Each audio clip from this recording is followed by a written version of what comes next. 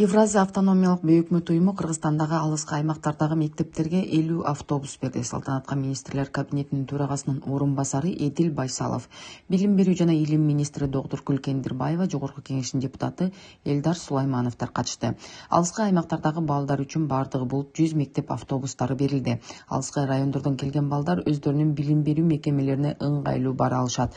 Транспорт Евразиялык лицей программасынын алкагында сатылып алынган. Анын максаты системалуу инфраструктуралык, финансылык жана долбоордук колдоо алган мектептердин тармагын түзүү болуп эсептелет. Бул жердин балдардын чыгармачылыгын өнүктүрүү менен билим берүү туризминде өнүктүрөлүүдө бир эсептен кесиптик квалификациясын жогорулатат мугалимдердин.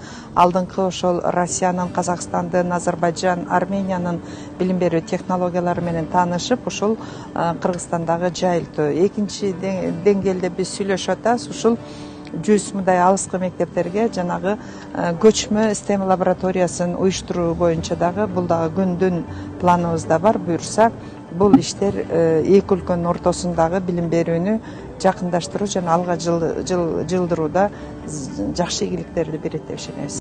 Мамлекеттик думанын депутаты, Евразия автономиялык бейөкмөт уюмунун төрайымы Алена Аршинова Кара-Кыргыз автономиялуу облусунун түзүлгөндүгүнүн 100 жылдыгынын урматына бул программанын Евразия лицейинин базасында 100 мектеп автобусту тапшыруу милдети коюлгандыгын айтты. Биз үчүн келишимди аткаруу абдан маанилүү болду. Бул Кыргызстандын билим берүү жана илим министрлигинин 100 жылдыгына карата 100 автобус. Кыргызстандагы бирдиктүү билим берүү жана маданият мейкиндигин сактап калуу жана өнүктүрүү. Бул автобустар балдардын билим алышына гана эмес, маданий жактан агартууларына да жардам берет. Мындан ары да автобустарды берген мектептерге жардам көрсөтүүнү пландап жатабыз. Бул биз үчүн абдан маанилүү болууда. Наша задача сейчас фактически на базе Евразийского лицея была передать 100 школьных автобусов.